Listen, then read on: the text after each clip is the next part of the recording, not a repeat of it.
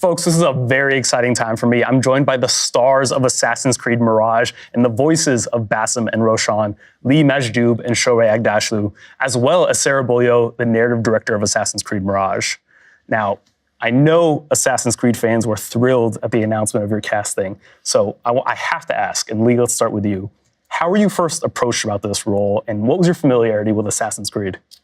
Well, I mean, my familiarity, I'm very familiar. I'm a big gamer, played 1, 2, Brotherhood. And I remember being pulled into Assassin's Creed 1, especially, being in the Middle East and being a Middle Eastern person. And yeah, so really cool. As far as like how it came about, I was asked to read for it. And then through that process, met the team and kind of discussed the whole journey and what they were going for. And I was really excited from the very beginning, just to like.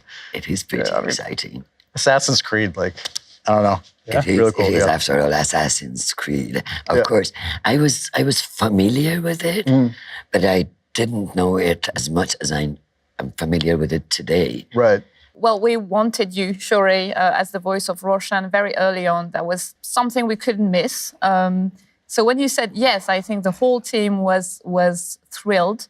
And hearing you the first time as Roshan was very powerful for us all, for sure. And I remember our first meeting talking about the part and how much researches you did before, and how close you were to the character, and how passionate you were about that. It was very heartwarming for us. And as for Lee, well, he knows that he brought something to the character that I wished he would, which is the light that we wanted for Basim. Basim is a character from Valhalla. People may know him for his, dark path in Valhalla. But what we needed is someone who could bring the kindness and the light of the early Basim, from the beginning of the game until the end. And he brought that, and he brought his kindness. Yes, that's not a bad word. Actually, that's a great one. Kindness is the right word. You're right for exactly. Basim. Yes. It's the eyes. No matter how tough. It's the eyes. It's the big, it's the deer eyes that I have. Yes. It really sucks people Deer in in. the headlight.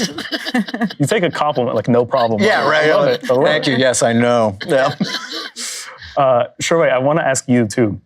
What does it mean to you to depict a character like Roshan in a setting like 9th century Baghdad? I'm going to ask you a question.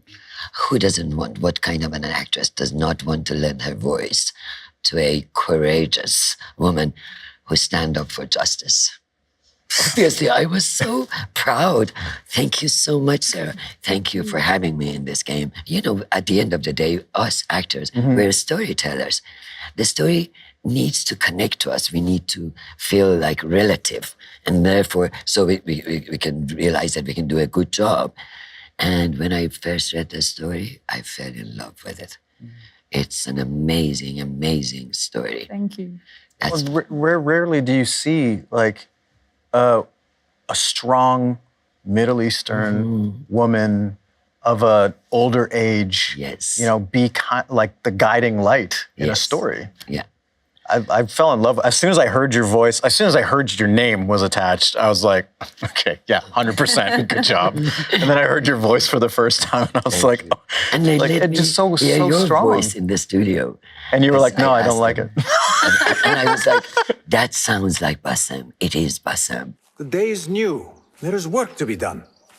Derwish has left another contract. Who for? Your voice changes, right, throughout the course of the story, Lee. Yeah. I mean, that was a discussion with the team. We had this conversation, and I had this idea of like, well, what if his voice also evolves as he evolves through, from starting out as a thief, and he's a little bit more cocksure and arrogant, and has a little bit more of that smirk on his face. So finding a lighter register because he's in a lighter time in his life. You need something stolen? I am your man. Derwish can attest. And then as he goes through a little bit more trauma and seeking out the hidden ones and joining the hidden ones, his experience kind of informs the depth in his voice. The way he breathes changes, and his efforts when he climbs change. And when an actor like Lee brings a suggestion like that to the table, what does it what is your impression when an actor does that, and what does it bring to the character? Well, Especially when you have an actor like Lee that asks a lot of questions. exactly. But I do love that, and you know I do. But it's actually that's what you just said. It's being curious about the character, finding tweaks and stuff that we could add to the characterization, actually. When you have actors that are so committed into finding little stuff like that, what makes a character is the details. And this kind of details is meaningful. So we do tell the story together. And what they brought to the characters actually is very meaningful to us as storytellers. It was a very, very collaborative process. Like I don't It know. was indeed, yes, every step. And there's times like you'll work on a project and it's not very collaborative. They're very glued to like, okay, you say it this way, say this line, do it this way. We don't have a reason why. Do it as. The problem is they forget that this art is all about collaboration. Right. It's not about you, Sarah, or you. It's about us. The story. And therefore, it's first story and then us bringing it to life. Yeah. Therefore, all it takes is collaboration, collaboration, collaboration. I'm such a fool if I believe that it's all about me. Because if you don't shine, I won't shine. Yes. If you don't shine, I won't shine. And this one was the best example for me in terms of collaboration. One of the best things I've ever worked on. Yes. That's great. You are here in body, but are you here in mind and soul? Roshan as a more mature character of Persian origin was someone that really resonated with you. Do you find parts of yourself in her character? Oh my God, of course. We have a lot in common with Roshan. I never forget this. When I received the script and I started reading it, I noticed that there's a line about Roshan that says, Roshan is a representative of justice, diversities, ethnicities, and cultures. And I'm thinking, my God, of course, this is right up my alley. I may be able to do a good job with this one because I can identify with this female warrior a lot. I myself have gone through a lot and have been trying very hard to bring justice to our world, into our communities. And now I am portraying a woman. I'm lending my voice to a female warrior. When women are at work and are courageous enough to stand for their basic rights, fight for justice, how delicious that is. That's beautiful. I love that. Yeah. Wow. And Lee, you were mentioning too, you found a personal connection to Basim as well, right? Yeah, I mean, there's so many, my journey with regards to when Mirage came into my life, Basim's story with regards to, seeking out, where does he belong in the world? He knows he's meant for something better. He's dealing with his own demons. He's suffering from nightmares. Is it sleep paralysis? Is it mental health? Is it anxiety? All of these things. And, Middle Eastern, Arabic speaking. And I remember a part of my life, in my late teens and early to mid 20s, I struggled a lot with my identity around being a Middle Eastern person, male, with regards to prejudices and everything. So I kind of shunned that part of my life for a very long time, and that identity. Didn't want to speak the language anymore, didn't want to tell people I was Lebanese, didn't want to tell them I was Middle Eastern. And so a big part of finding myself again has been finding that love of the history and where I come from. And I remember about 7 months before Mirage came, I reached out to my mom and I was like, Mama, I want to learn the language again. And so we just started spending 3-4 days a week. She would send me some Arabic. She's try to figure it out. We'll figure it out together. And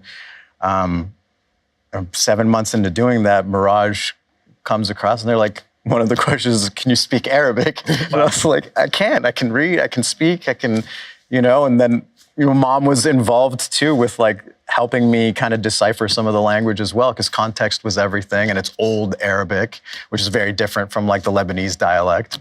But yeah, so it came at a time in my life where it was refinding that identity that, I loved when I was a child, and then grew to have resentment and self-loathing around a little bit, and now finding that love again and being able to voice this guy that's trying to find that. It was really, really, really cool. And to embrace your heritage.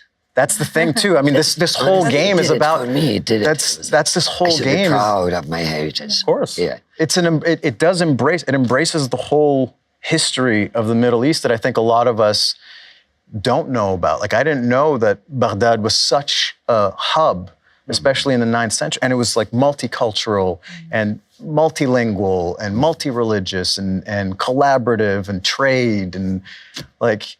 I was like, oh, no wonder, like, my genealogy is so mixed. Like, you know, historic, like, we're all from everywhere, especially in that area. And I was like, right.